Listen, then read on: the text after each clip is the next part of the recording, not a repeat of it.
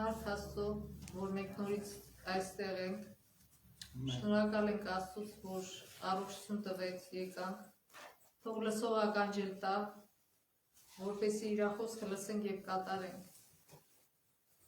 Այսօրվա մեր թեման կոչվում է ընդունելով անշարժ թագավորությունը։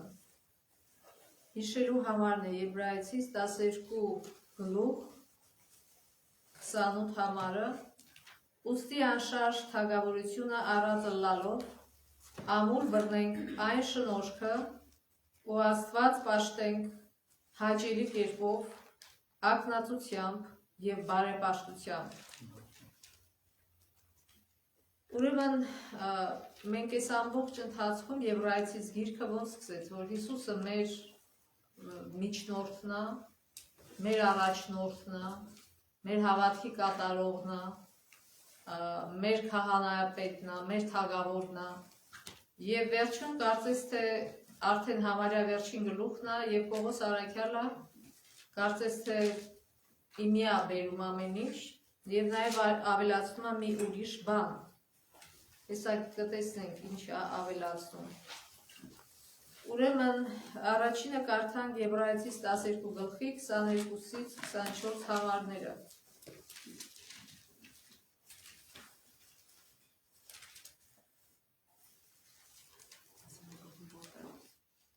Ից 24 համարները 12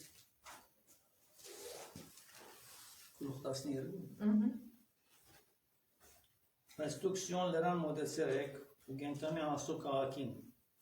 երկնավոր Երուսաղեմին ու գրավոր հեշտակներուն, ու երկինքը գրված ընտրանիքներուն հանդիսավոր ժողովին ու գեղեցին եւ Աստծո ու անմենուն թագավորն է վարդարներուն հոգիներուն, որոնք կատարելության հասել են, եւ Հիսուսի, որ անոր ուխտին միջնորդն է, որ սկսվելու այրունին, որ ապրելու այրունեն ավելի աղետ կխոսի։ Այո, շնորհակալություն։ So ինչի մասին աստեղ Պողոս Արաքյալը խոսում, ասում է մոտեցել ենք Սիոն լեռանը, ինչ ինքը նկատի ուներ մեր երկրի վրա գտնվող Սիոնը։ Չէ, երկնավոր Երուսաղեմ, երկնավոր Սիոն լեռանը։ Նշում է, որ երկնավոր, ուղղակի ասում է Սիոն, որպես սիմվոլ, որտեղ երկրի վրա Աստծո տաճարը որտեղ էր։ Երուսաղեմում էր։ So դրա համար Աստված, այսինքն երկնայինի կրկնօրինակը երկրի վրա էր, դրա համար որպեսզի մարդը հասկանա, Աստված օգտագործում, Պողոս օգտագործում է այդ բառը, այսինքն Սիոն սարը ոնց որ միշտ նկարագրի այն տեղը, որտեղ Աստված է բնակվում։ Հիմա ինչ պատկերաստ է նկարագրվում։ Ասма դուք մոտեցել եք, չէ՞։ Աստծո քաղաքին մոտեցել եք։ Իսկ Աստծո թագավորության ենք մոտենում Հիսուսին եւ բյուրավոր հեշտակներին, արդարներին, նոր ուխտին։ Այսինքն ինչ եղավ, եւ սկսվեց ուժի մեջ մտավ Հիսուսի արած նոր ուխտը։ Երբ որ ինքը երկինք գնաց։ Այո, երբ որ ինքը համբարձվեց երկինք,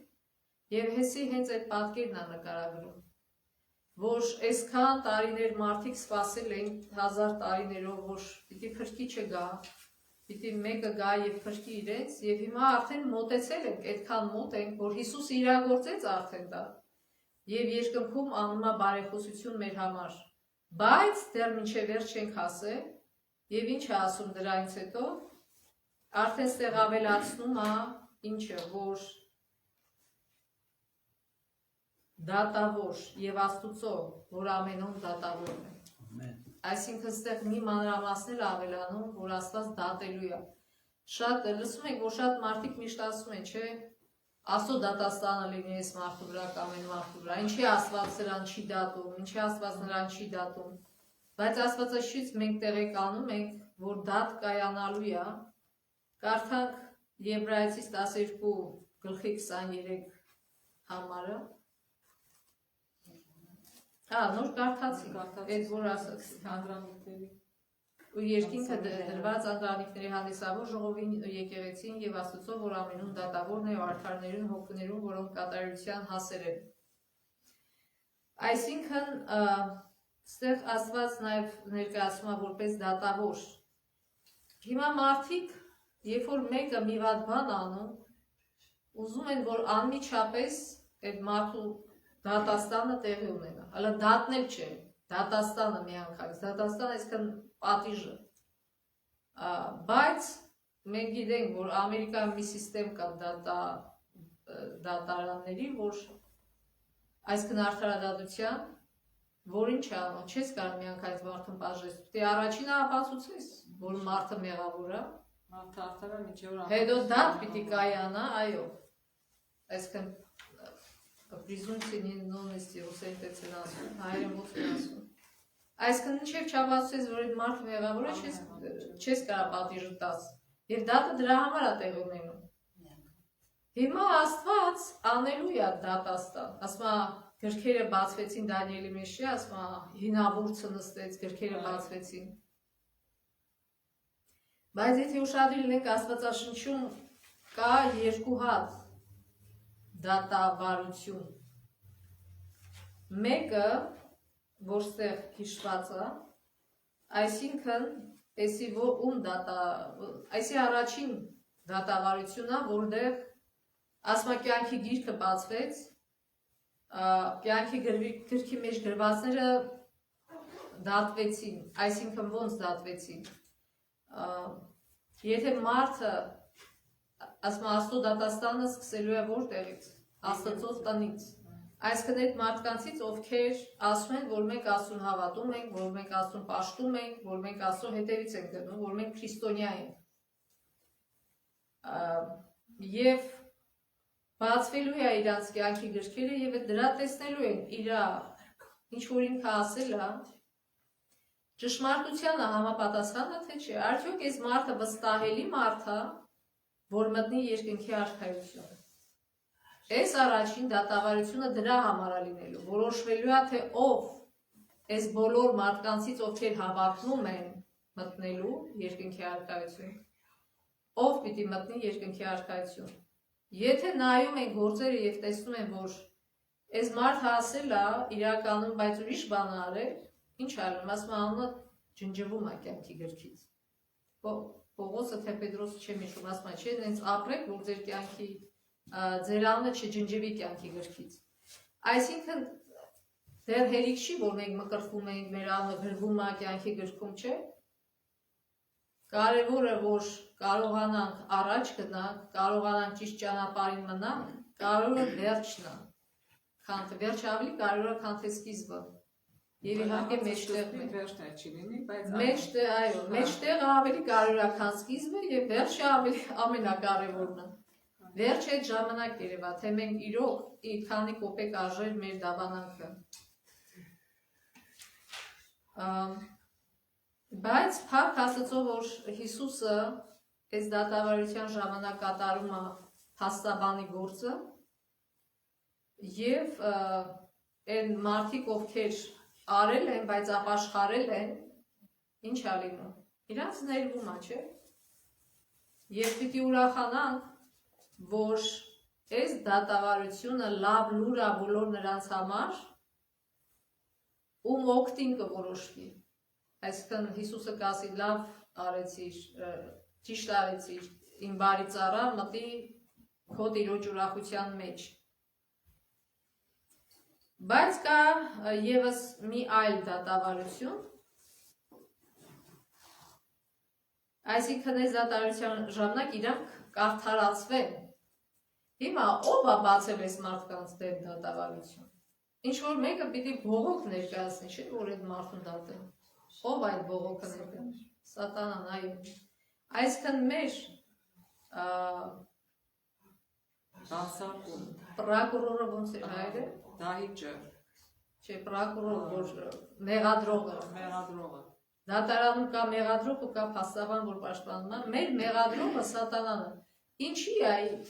ինչի ինքը կարիք ունի մեզ մեղադրելու, ինչի է ինքը հետեւում։ Որ մենք իր հետ կորսվենք։ Որովհետև ինքը լավ գիտի,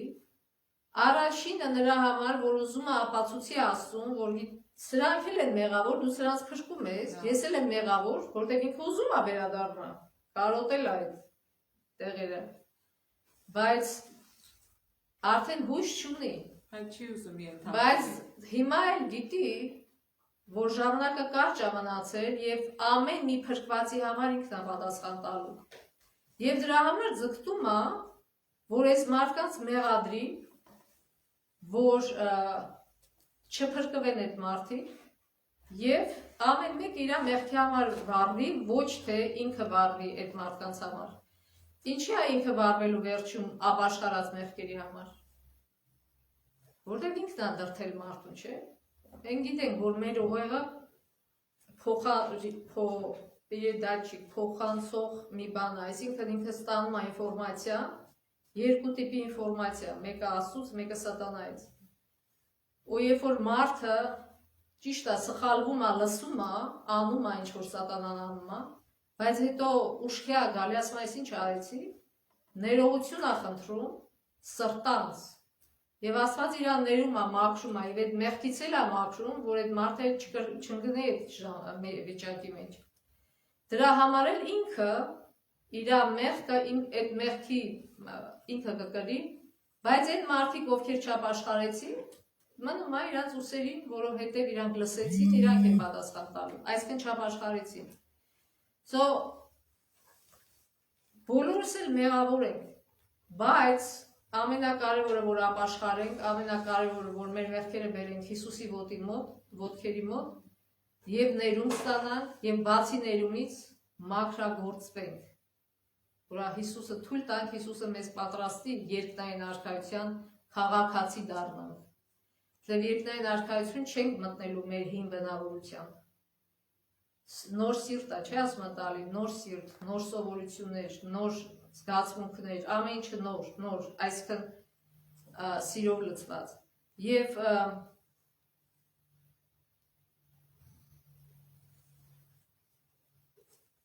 եկեք կարդանք Եբրայեցիս 12:26-27-ը, Որոնց ցային այնատեն երգիրը շարժեց ու հիմա խոստացել է ուսե նորեն պիտի շարժեն ոչ միայն երգիրը, համանալ երկինքը, ու այն նորեն բանը գցնե, թե շարժված բաները պիտի շարժին ու փոխվին, որովհետեւ անշարժ բաները հաստատուն մնան։ Շնորհակալություն։ Ուրեմն ինչ նկատի ունի այստեղ Պողոս Արաքյալը, որ ասում է Աստված պիտի շարժի։ Այստեղ շատ համարներ կա, որտեղ նորից օգտագործվել է այդ բառը։ Օրինակ, երբ որ դա կարող է նշանակել ուղղակի Աստծո ներկայությունը, որտեղ Աստված այնքան հզոր է, որտեղ ինքը ներկա է, այդտեղ շարժվում է, չէ՞։ Եվ Սաղմոս գրքի մեջ էլ է օգտագործում Դավիթը, եւ ինչ է ասում, Սաղմոս ասենք 67 բացել եք Սաղմոս Թագուրջան։ Աստված մեզի պիտի օրհնի ու երգի բոլոր ծայրեր անգել պիտի վախնան։ Բա 8-50, չէ, 7-8-ը։ 8-ը ինչ ասում։ 67 գլուխ։ Չէ, որ Սաղմոս։ Էսի, 67-ը չէ։ Էսի ուսերենով է 67-ը, հայերենում 68-ն է, թե 66-ը։ 66, 7-8, հա։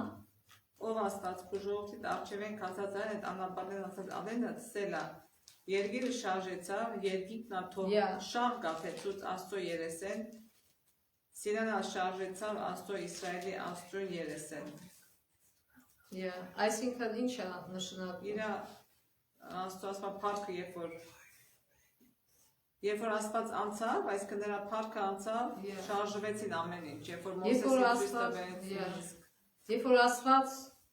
իրան ներկայացուն ուզում է ցույց տա, ինչ անում, շարժ ալինում։ Եվ նաև հրեաների համար, այս բառը նշանակում է, երբ որ ասում է Աստված կշարժի երկինքն ու երկիրը, նշանակում է, որ թշնամիներին կոչնչացնի։ Եվ Հայր Աստված ինչ ասեց Հիսուսին, ասեց իմ կողքը նստի, մինչև ես քո թշնամիներին կոչնչացնեմ։ Այսինքն այս ապագայի գալիքը, որ պիտի լինի, ապագայում երևի շատ մոտ արդեն, որ տեսնում ենք ինչեր է կատարում, Հիսուսի բոլոր գրվածները կատարվում է, ասում Աստված եւս մի անգամ կշարժի ոչ միայն երկիրը, այլ նաեւ երկինքը։ Այսինքն ստեղ խոսքը գնում այն մասին, որ Աստված կոչնչացնի մութ ուժերը, խավարի ուժերը, որոնք այսքան ժամանակ տանջանքի մեջ են պահում մարդկանց։ Բայց հետաքրքիր է, որ մի բան կա, որ չի շարժվում տեղից, երբ որ Աստված նույնիսկ շարժում է երկինքն ու երկիրը։ Եկեք կարդանք Եբրայեցիս 27-ից նոր կարդացինք։ 28 պետք է կարդացի։ Կարդա։ Չէ, 27-ն ասի գրած, եւ այն 12-27 Եվ այն նորեն բառը կցցնե, թե շարժված բաները պիտի շարժվին ու փոխվին, որպեսզի անշարժ բաները հաստատուն մնան։ այո, 28-ն էլ։ այսինքն կա անշարժ եւ կա շարժվող։ Օրինակ, եթե վերցնես, թե ինչի է ասում, անշարժ թագավորությունը, չէ՞։ Ինչի է հենց այս անունը կցում։ Չկարդացինք, ուստի անշարժ թագավորությունը առած ըլլալով ամուր բռնենք այն շնորհքը, ու Աստված պաշտենք հաճելի կերպով, ակնածությամբ ու բարեպաշտությամբ։ Ասի մեր Աստված մաշող կրակ է։ Ուրեմն իր թագավորությունը անշարժ, այսինքն ինքն է անշարժ։ Ինքը կարող է երկինքը շարժի, իր ներկայությունով, իր քայլելով, իր դվրդացնում ասում երբեմն։ Բայց իր թագավորությունը, իր միտքը, իր սերը, իր հասկացողությունը գաղափարը անշարժ է։ Աստվածնույնն է երեք այսօր ու հավիտյան։ Եվ դերան անշարժ է։ Երբ նայեն թագավորությունը անշարժ է, իրեն թագավորությունը, որ մենք չենք դեռ անշարժ է։ Այսինքն անվերջ է։ Օրինակ, ինչ թագավորություն որ եղել է երկրի վրա, նույնիսկ Բաբելոնի պես հզոր թագավորությունը, որ ոչ մեկ չէր պատկերացնի, որ դա կփլվի։ Ինչ է եղել, վերջում փլվել է։ Այսինքն դրանք բոլորը ժամանակավոր թագավորություններ են եւ շատ ա եղել այդպես թագավորություններ, կայսրություններ, ստեղծվել են, հետո փլվել են, ստեղծվել են, հետո փլվել են։ Բայց այս թագավորությունը ոնց որ Դանիել 2-րդ գլխում, որ այդ արձանը ներկայացնում է, չէ, բոլոր թագավորություններ էր իր հատերից։ Եվ ինչ է ասում, վերջում այդ քարը, որ դիպավ 10 մատերին, այսինքն բոլոր են երկրներին, որ հիմա կա, վերջին ժամանակում, այսինքն Եվրոպայի տարածքում, ինչ եղավ, ասում է, այդ քարը մեծացավ, դառավ ժայռ եւ անշարժ, չէ, անշարժ թագավորություն։ Այսինքն ինչ է ասում ասի, որ այս թագավորությունը երբեք չի շարժվելու, երբեք չի տապալվելու, երբեք չի Աստծո թագավորությունը արդեն հավերժ մնալու։ Երկու տեսակ կտարբանվի, ադիգա շիդակ մեկ բանն է եւ մյուսն արգա որ անշարժ է, ինչպես որ երեցները նստած են եւ երեցները երկնքի թագավորության մեջ կխոնարին աստուածը եւ թակեր դեն գուտան։Ոնալ անշարժ է։ Իբր դեր, իբր հաստատուն դեր անալ անշարժ է։ Այսինքն երբ որ երկինքը երկիրը շարժվի, այնի չի շարժվի։ Բայց ասմական մարդիկ, ովքեր չեն շարժվի այդ շարժի ժամանակ, ովքեր են դրանք, արդարները, ովքեր Հիսուսի արյունով մաքրվել են։ Այսինքն ինչ է ուզում ստեղ ասի։ Հիսուս երբ որ ասում է, եթե լսում եք իմ խոսքը եւ կատարում եք, դուք նման եք մի մարդու, որ ձեր տունը սարքում եք ժայռի վրա, որ երբ որ փոթորիկները ինչ որ է գալիս է, չի կարա քանդի այդ ժայռը, չի կարա շարժի տեղից, ինչքան ուզում այդ ալիքները խփեն։ Բայց ասում է, եթե չեք կատարում, նման եք այն մարդուն, որ ավազի վրա սարքեց, ալիքները մի ժամանակ կարող է կանգուն մնա, բայց հենց ալիքները խփի, դեռ կքանդվի։ Այսինքն այս մարդիկ իրանց կյանքով ինչ են եղել, սկզբունքային են եղել, կանգնած են եղել ամուր Աստծո սկզբունքների վրա։ Եվ երբ որ Հիսուս արդեն գա, մենք պիտի այս երկրի վրա կանգուն մնանք Աստծո սկզբունքների վրա, որ երբ որ Աստված գա եւ շարժի այս երկիրը, այդ ժամանակ մենք անշարժ կլինենք, այսինքն մենք չենք կործանվի։ Այսինքն այն մարդիկ, ովքեր սկզբունքորեն Աստծո հետևից են գնացել եւ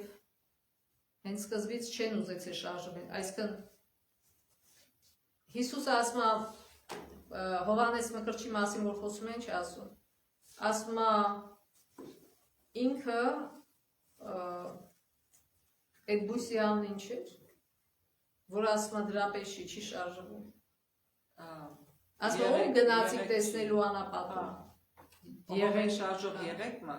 Այո։ Ասում է եղեք չի։ Հովանես Մկրտիչը շատ ամուր կանացեր Աստծո սկզբունքների վրա անշարժ։ Այսինքն հեշտ է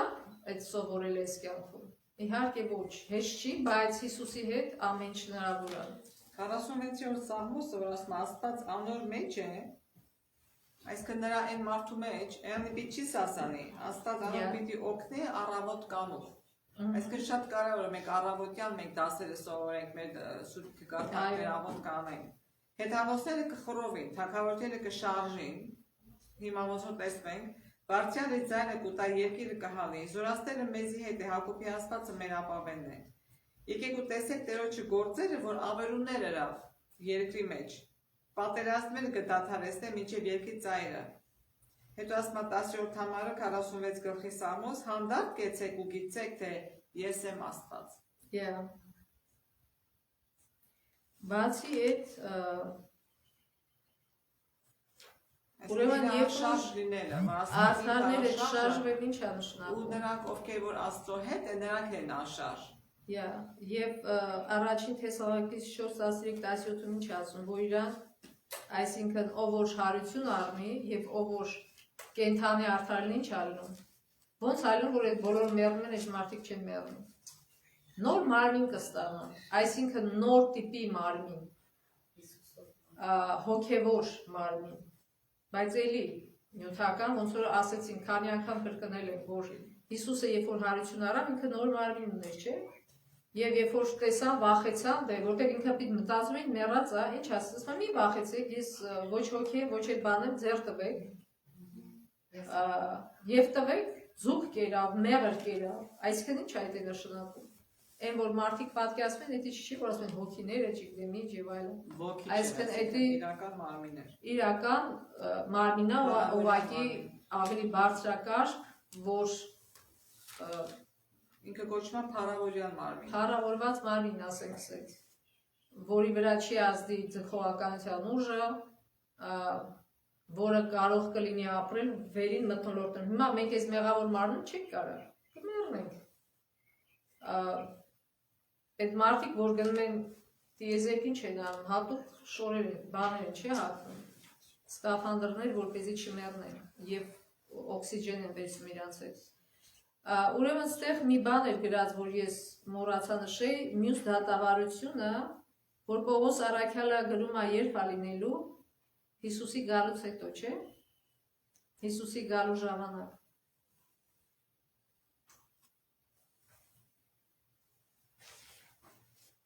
Եվ այդտեղ արդեն ասում է սեղանները դրվեցին եւ տեսա, որ մարդիկ նստեցին եւ սկսեցին դատել։ Այսինքն Աստվածաշնչի մեջ ասում է, չգիտեք, որ դուք պիտի դատեք չփրկվածներին, այսինքն անարդարներին, դուք պիտի իրանց դատավարություն անեք։ Այդ 1000 տարվա դատավարությունը եւ ուրեմն Աստված թող օգնի մեզ, որ մենք արդարացվենք առաջին դատավարության ժամանակ, որպեսզի հետո երկրորդ դատավարության ժամանակ պատիժ չստանանք։ Եվ վերջում կարդանք Եբրայեցիս 12 գլխի 28 համարը, որ հիշելու համարներ, արդեն կարդաց թագուհին մի անգամ, ուզում եք մի անգամ կարդալ։ Ոստի անշարժ թագավորությունը առած լալով, ամուր բռնենք այն շնորհքը ու Աստված պաշտենք հաճելի կերպով, ակնածությամբ եւ բարեպաշտությամբ, բասնզի մեր Աստվածը մաշող կրակ է։ Եվ Աստված պաշտենք հաճելի կերպով եւ ակնածությամբ, երկյուղացությամբ, եւ 13 գլխի 15-ից 16 համարներին չի ասում։ Ուստի անոր ձեռքով ամեն բան Աստծո օրհնության պատարակ մատուցանենք, այսինքն մեր շրթունքներում պտուղը, որոնք իր անունը կդավանին, իսկ բարերարությունը ու կարոտյաներուն ողորմությունը մի մոռնաք, բացի Աստված այնպիսի պատարակներու կհավնի։ Ահա։ Այսինքն առաջին մասը վերաբերվում էր, ասում որ շուրթերով ինձ դավանում եք, երկրորդ մասն է, որ գործերով ինձ դավանում եք, այսինքն ոնց։ Մեր ձեռքով բարերարությունը, հայտնի է։ կարոտիոլներին ողորմությունը մի մոռնաք։ Այո։ Իրական պատարաշը դա է։ Իրական զոհը Աստծուն դա է։ Եվ էդի ինքը ասում է ուրախ սրտով ինձ փառավորեք, չէ՞, ո՞նց ենք մենք փառավորում։ Մենակ խոսքը չի, որ փառքեզի Աստված ջան։ Մենք փառավորում ենք իրան հենց իր խոսքը անելով, այսինքն երբ որ կարոտիալներին օգնության ես հասնում, երբ որ բարի գործեր ես անում Աստծո շնորհքով, ոչ թե մեր շնորհքն է, ոչ թե մենք ենք լավը, այլ Աստվածը, ասում է Հիսուսը ապրում է մեր մեջ եւ մենք իր գործերն ենք անում։ Եվ այդ դրանով ինչ եք անում, մենք Հիսուսի սիրտը ուրախացնում ենք, եւ երբ որ մենք անում ենք ինչ ենք անում, մենք տխրությամբ ենք անում բարի։ No, դրանից հետո ուրախությունը, երբ որ դեպի մեզ քո դիմացին ուրախացավ, արդեն քո վրա է ուրախություն, որ դու պատճառ դարձար մեկի ուրախության։ Եվ այդ դրա մասին էլ է խոսքը գնում, որ թառաբանել Աստծուն այդ երկուսը միասին է, ոչ միայն լեզվով, այլ նաև երբ որ տեսնում ես մեկին լավ բան ես անում, ուրախանում է, դու ես ուրախանում, այդ մարդն էլ ուրախանում, Աստվածն էլ ուրախանում։ Եվ օրինակը Հիսուս մեր համար տալիս է, որ ինքը ասում է ամոթ չի սեպել մեզ իր եղբայր կոչելը։ Եթե ինքը Հիսուս Աստված էր եւ այդքան կատարյալ էր, մեր նման անկատար մեկին չի ամաչում մեզ համար, որ ասում ենք իր եղբայրն է, մենք էլ կարող ենք այդ նույն բնավորությունը մեր վրա ձեռք բերել եւ մենք էլ չամաչենք մարդկանց նեղյաններին, դժվար երբեմն չես ուզում։ Այսինքն ինչ է դա նշանակում։ Ինչ է ասում Հիսուս, ասում է, երբ որ սոված է ինձ հաստվի, որտեղ ծարավ է ինձ ջուր տվի, բանտում էի ինձ այցելեցի։ Չէր ամաչում։ Հիվանդանոցում էի, այո։ Հիսուսը չի ամաչում այդ որ մենք համարում ենք կորսված այդ մարդկանց, որ բանտում է, կամ այլ մարդկանց, որ գիտենք ընդհանուր հասարակության մեջ ընդունված է, որ այդ մարդիկ կործանված են, չէ՞։ Բայց Հիսուսը չի ամաչում իրանց բերում հավասարացում է իրան։ Իսկ մենք հասարակ մեղավոր մարդ լինելով, ոնց որ այդ մարդիկ են մեղավոր։ Այդ մարդիկ մի մեղքի մեջ են մեղավոր, մենք էլ ուրիշ մեղքի մեջ ենք մեղավոր։ Տարբերություն չկա, մեղքը մնում է մեղք։ Իրանց համար քեզ հիմա օրինակ եկա միտքս, օրինակ եկա երբ որ երիտասարդ էինք, ասենք խմբով կանգնած ես, եկեղեցի երիտասարդների հետ, հանդարտ տեսնես քո մի ուրիշ ընկերուհու,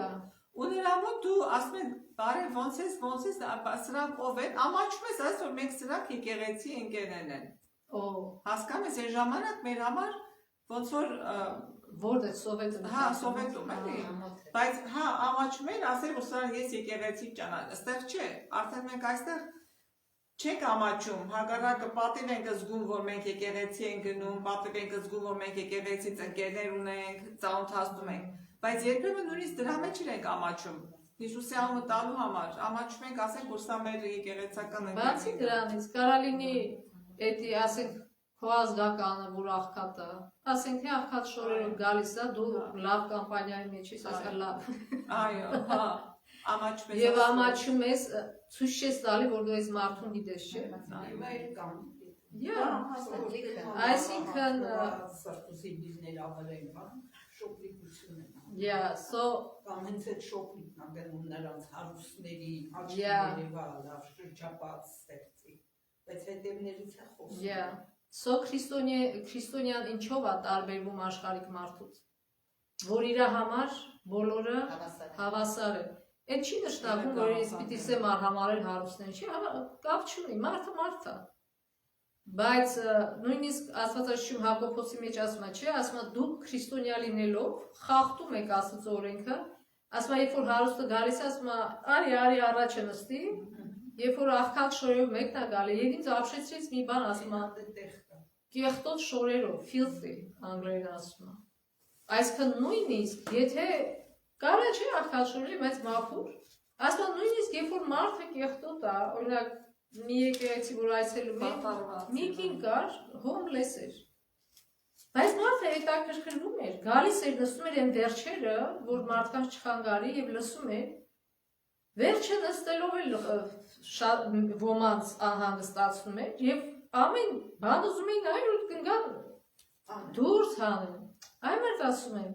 այս կինը եկել է ուզում է լսի, ուզում է բան անի, պետք է Աստծո զավակը, Ինչ կապ ունի հիմա իր վրա ինչ շորա է, չգիտեմ ինչա։ Եվ այդ էր ասում Հակոբոսը, ասում է դուք անում եք ինչ։ Այդ բառը ինչ էր։ Աչառություն։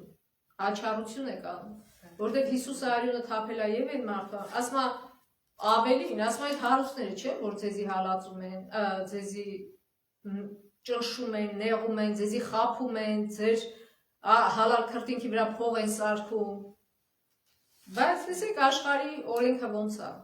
չէ՞։ Մյուս անգամ ավելի էս պրակտիկ կողմը, մյուս անգամ վերջին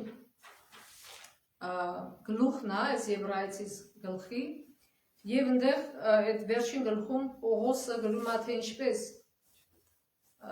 պրակտիկ կերպով իրականացնես քո քրիստոնյա լինելը, շատ կարևոր բաներ այնտեղ գրում եւ օրինակ կարանք հիմա կարդանք 13 գլխի 1-ից 6 համարները, բայց այդին մյուս դասին պիտի ուսումնասիրենք։ Եղբայրասիրությունը ձեր մեջ թող հաստատ մնա, հյուրասիրություն մի մոռնաք, վասնզի անով ոմանք հրեշտակներ ընդունեցին, առանց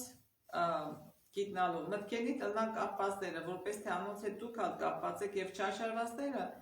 որպես թե դուք համ մարմնավոր եք, ամուսնությունը բոլորովի պատվական ու անկողին անարատ է, բայց Աստված պիտի դատե պոռնիկներն ու շնացողները։ Բարքերիդ արծաթասեր չլա, բավական սեպեցեք, որ չապամոր ձեռքերիդ կա, վազի ինքը սավ թե բնավ քեզ պիտի չթողում, բնավ քեզ երեսեպի չձգեմ, այնպես որ կհամարձակեն կսելու, Տեր իմ օգնականս է, ուստի ես պիտի չվախնամ, մարդը ինձի ինչ պիտի անե։ Այսինքն մյուս դասին կուսումնասիրենք այս ամեն ինչը եւ վերջում կարդանք գրքից, White-ի գրքից, մեծ պայքարից, որտեղ գրած է, որ հազարամյա ընթացքում, այսինքն առաջին եւ երկրորդ հարությունների մեջտեղում լինելու է երկրորդ հարություն, առաջին հարությունը, որ Հիսուսը գա արդարներին հարություն տա, որ արդարացել է, եւ երկրորդ հարությունը այդ է արդեն դատապարտվածների հարությունն է, որ հարությունն առնելու, որ պատիժը ստանան, եւ ասում է այդ արանքում լինելու է դատավարություն, եւ Պողոս Առաքյալը նշում է, որ այդ դատավարությունը կսկսի Հիսուսի երկրորդ գալուստից հետո, որտեղ վերջում մի հատեսի կարդա առաջին Կորինթացիս 4:5-ը, շատ կարևոր համար այսի։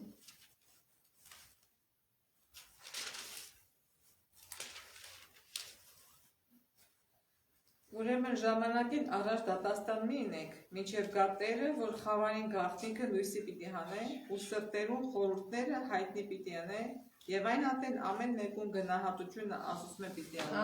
Տեսեք, ասում է Աստված դատավարություն է սպասվում, ժամանակից շուտ մի դատեք։ Եվ Դանիել 7:22-ում էլ ասում է, որ դատավարությունը տվեց Բարձրյալի սուրբերում եւ Հայտնություն 20:4-6 համարներ ասում է նրանք կլինեն Աստծո քահանաները եւ կթագավորեն նրա հետ 1000 տարի։ Այդ թագավորը այսինքն նշանակում է, որ այդ դատավարությունը կանեն։ Եվ առաջին Կորինթացիս 6:2-ում էլ ասում է սուրբերը պիտի դատեն աշխարհը։ Եվ Հուդայի 6 համարում էլ ասում է եւ հրեշտակներին, ովքեր իրենց արժանապատվությունը չպահեցին, դեսի շատ մեծ բան է, այսինքն ինչ որ Աստված մեզ տվել է ինչ արժանապատվություն եւ ասում է բայց իրանք չպահեցին այդ արժանապատվությունը, այլ թողեցին իրանց սուրբ տեղը, որտեղ ապրում էին եւ հիմա պահում են ինչի համար, դատաստանի համար։ Աստվածա, որ մենք մասնակցենք առաջին հարությանը կամ կենթանի գնանք եւ հանկարծ այս պատժի մեջ չընկնենք։ Ամեն։ Ամեն։